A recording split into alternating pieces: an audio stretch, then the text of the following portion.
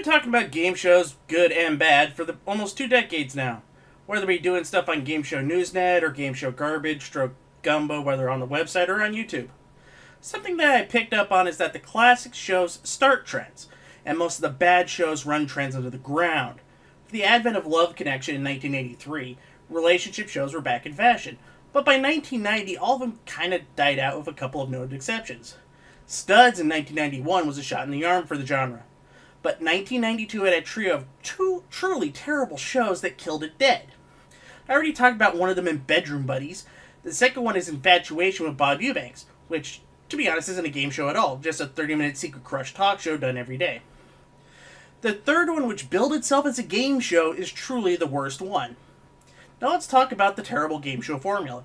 Take a foreign show that's not great to begin with, bring in its host because we're too cheap to try to hire anybody else for American name value, continue on with the cheapness with a brutally Spartan set with little going on for it, pay more for a music license than anything else, and voila! That's Amore. Just run the proper intro. One thing was for sure. They both believe Sparks to be a total two. Be an exciting contest which shows that divorced couples can still have fun together, right? Mythological hero H-list. C. On the spot dice spin. We are experiencing technical difficulties. Please stand by. Strap in, folks. We got prime crap today. That's Amore premiered on September 14th of 1992. Hosted by Luca Barbareschi, or simply Luca because Americans are stupid and can't pronounce foreign last names properly, a married couple brings their gripes to TV. I wish there was more to it than that, but to be honest, that's essentially it. Yeah, this one will be a short one on actual details because the details of the show are minimal, but we got enough horribleness to make up for it. Oddly enough, they did something right by bringing in the original host of the Italian version of the show, bucking the bad show formula. And now, the star of That's Amore, Luca. Thank you. Thank you. Welcome. Welcome to That's Amore. Thank you. His name is Luca. He lives on the second floor. I'm not upstairs from him. And no, I've never seen him before. He hosts the Italian version of That's Amore called C'eravamo tanto amati, or translated to, We all loved each other so much. His experience there helped him here, as he was able to navigate American marital problems with the same charm as wit as he did with the Italian ones. Honestly, that's what the show needs. Someone who could definitely navigate through problems and still keep their wits about them without going nuts.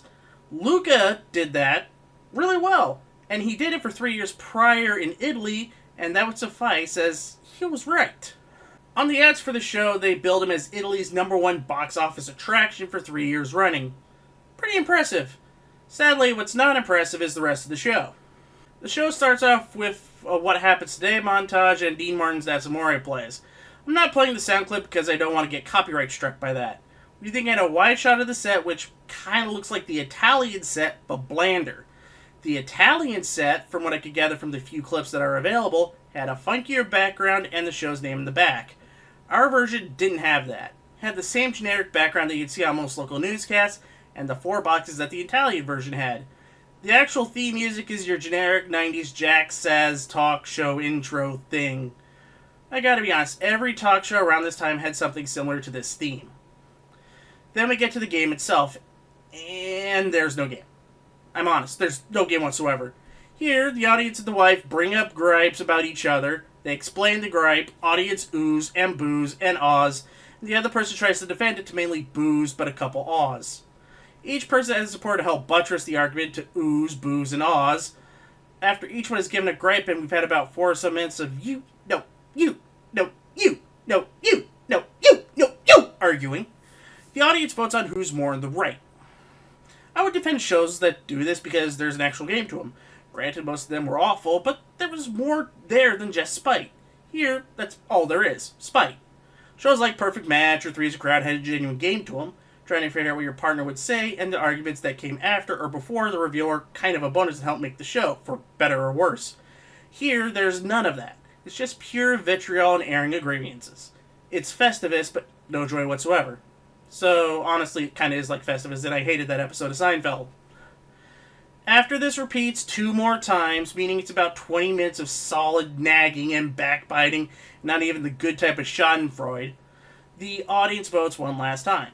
The person who gets the most votes wins the Amore ring. Woo. I don't know what it looks like, so I'm expecting something about as mid as the background of the show. After that, they try to spark the romance back with a second honeymoon. It's like how you had to spill all your secrets to try to win a toaster or something off of the Newlywed Game. Here, it just feels tacked on. There's nothing to it. It's more like, okay, let's try to spark romance again, and it didn't work. And that was That's Amore. It's really bad. Luca does his best, but the problem with the show was the premise. Even with all the talk shows they were debuting around this time, they had a variety of topics. A show like Divorce Court was passé at best, and at worst, real uncomfortable to watch. Especially since one couple over 30 minutes kinda doesn't help when other shows that were doing this were doing like 5 or 6 couples in about 7-minute segments. It's no surprise that this was a bomb, but it was part of a trio of poor decisions that ultimately killed off the relationship show for any sort of prominence after the 1992-1993 TV season. Infatuation bombed from the word jump. It would have a blinking you're miss at UK run. Studs to be cancelled after 3 for the outright disaster that was the Chevy Chase show thanks to Barry Diller being bad at poker. Yet those shows tried to build something out of love. That's Amore didn't, and gave us spite and pettiness and left us with nothing. This bombed hard, and after its 130 episodes were shown, the show would limp in reruns towards September and was cancelled. Luca would go back to Italy, continue to be a big star that he was, and continue to host the original version in 1994, so he left this bomb unscathed. I have an interesting epilogue for this show. In 2018, I visited the Paley Center in Los Angeles. It was a fantastic time looking at the archives, even though it was for a short while. The producers of That's Amore, 4 Point Entertainment, wanted to donate the entire run to the Paley Center. The center said they don't take full runs, but would take a handful of episodes for posterity, namely around 10 or so. I don't know where the episodes are. I'm also kind of shocked they didn't try to force it on Zumo or the Roku channel or some other streamer. I mean, if the full run of Relatively Speaking, which you'll see on 26 Weeks or Less in the near future, could get on one of those streaming services, I'm certain a show like this would fit in well with that mess, even if it is god-awful. Anyways, I thank everybody for watching. Let us know what you want to see us talk about for 26 Weeks or Less, or suggestions for future ideas for this channel. Thumbs up the video, share it on all the socials that you have. Subscribe if you haven't already, and if you want to get videos early, become a Patreon backer at patreon.com/GameShowGumbo. I'm Cindy Seidelman, and after watching this show, I'm going to go drink some alcohol. Bye-bye!